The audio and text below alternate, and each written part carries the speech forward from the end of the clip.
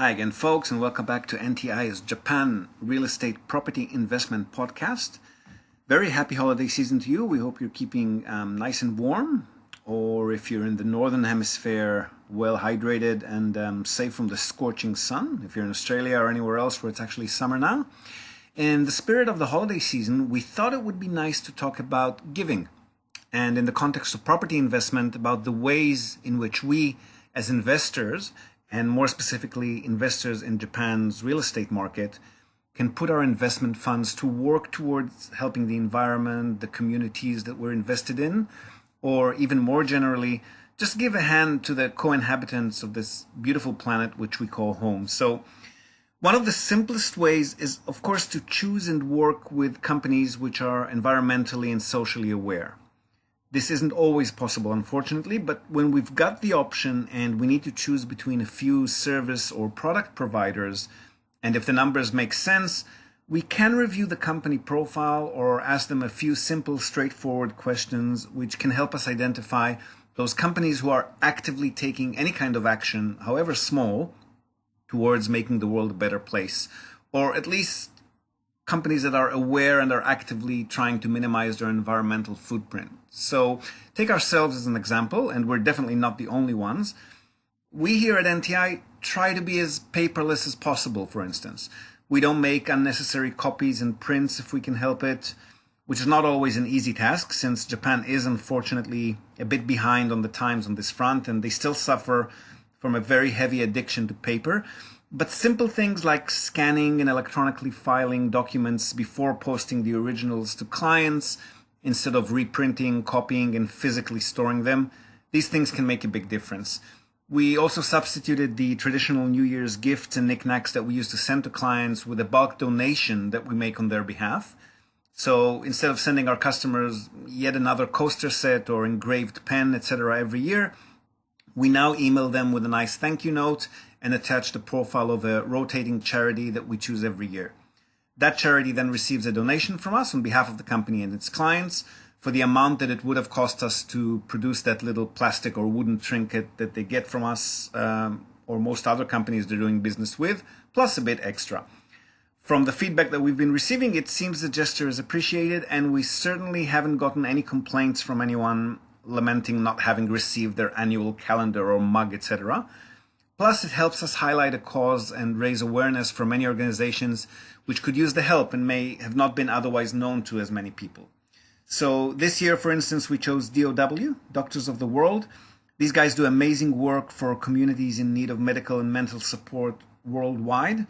They've been running a Tokyo project since 2010, helping Tokyo's homeless receive the aid that they need, which again is not simple in Japan since over 60% of these people suffer from various mental or physical conditions that simply do not enable them to go through the processes and jump through the many hoops that they're required to by government agencies just to get access to the support that is available to them in theory.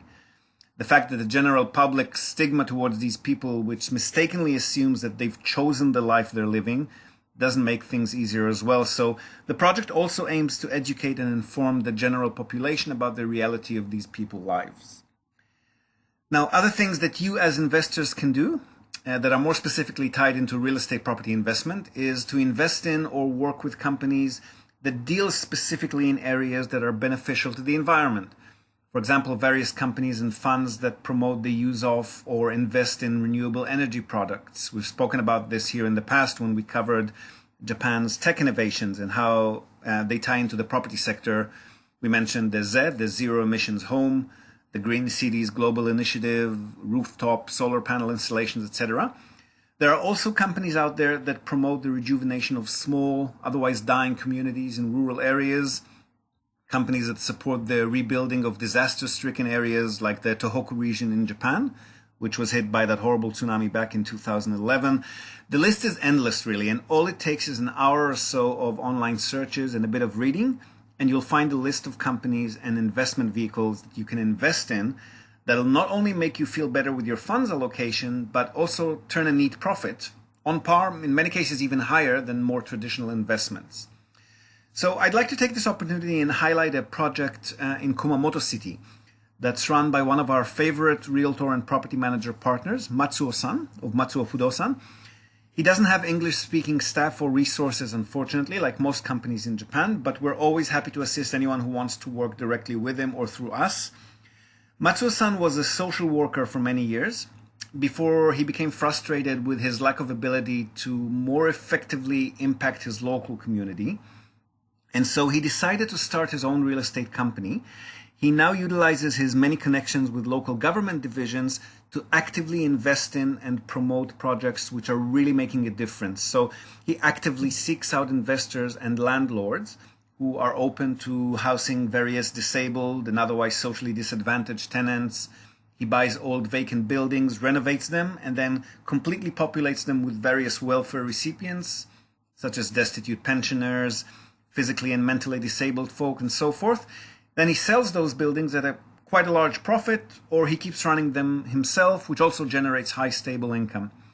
What not many people know is that here in Japan, at least, welfare recipients' rental expenses are directly funded by the government, which means that you can often get higher rental yields if you choose to actively place these tenants, because the government allocates a rental allowance for them that may be slightly higher than the average market rent, simply because many landlords refuse to take them on, which again is pure stigma and is not grounded in reality. These tenants are in most cases far more docile and stay longer term than your average company employee or student, who more likely than not will leave when they find a new job, get married, or are relocated to another city by their companies. And B, these rents are practically guaranteed, either because the government pays them directly to the landlord in some cases, or because they condition the recipient's pension and welfare payments on the steady and timely payment of rent. Which means that if the tenant doesn't pay on time and the property manager reports this to City Hall, the recipient would stop getting those payments, which is something they depend on. So in the vast majority of cases, they would be very careful not to miss any of their rent payments. So just to hammer the point home and give you an example of a project that Matsuo-san recently highlighted for us, he's currently got 2 buildings for sale in Kumamoto City. These were built in 1982 and 1984, so they're up to the latest earthquake-resistant building standards. They're located right next to each other within 7 and 9 minutes walk to the nearest train station, so well within the comfort zone for any tenant. 2-floor structures with 6 units each, plus a ground floor office.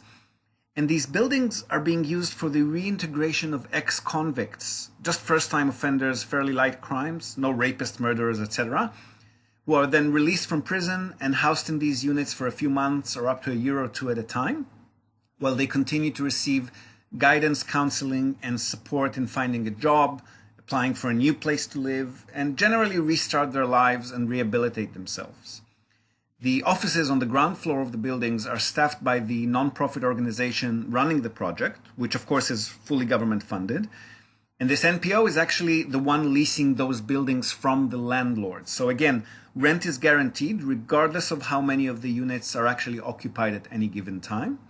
And this lease will continue for as long as the NPO and the project are in operation, which doesn't have a time limit at this point, since it's been doing very well, generating excellent returns, and really seems to be helping people. Now, on the investment and financial side, these 2 buildings need to be purchased as a package deal. You can't buy just one of them. And the price tag for both of them together is only 27 million yen, which is about 245,000 US dollars, which again gets you 2 whole buildings with 12 residential and 2 commercial units and a total land parcel of about 300 square meters. All of which you can reutilize for any purpose at any time, of course, in one of Japan's most popular cities. We've covered Kumamoto here in the past when we did another deal analysis on a small residential unit. It's Western Japan's main rural tourism hub. It's the gateway to all of the wonderful onsens, the natural volcanic hot spring resorts that dot the mountainside in Kyushu, which is Japan's western landmass. Kumamoto has a huge solar farm in the same prefecture, which has done wonders for the local economy, and also has one of the country's most beautiful castles, which also draws a huge amount of tourists to the city every year. That castle was unfortunately damaged in a large earthquake in 2016, but it is currently being restored to as close to its original condition as possible. Now, how about returns on this project?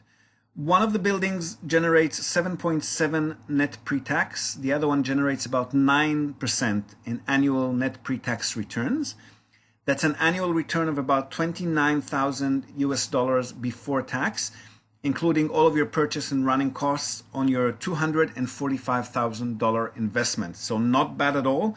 Actually higher than almost all residential buildings which we've seen in Kumamoto, or really in any other city in Japan that's as well established and profitable as Kumamoto is.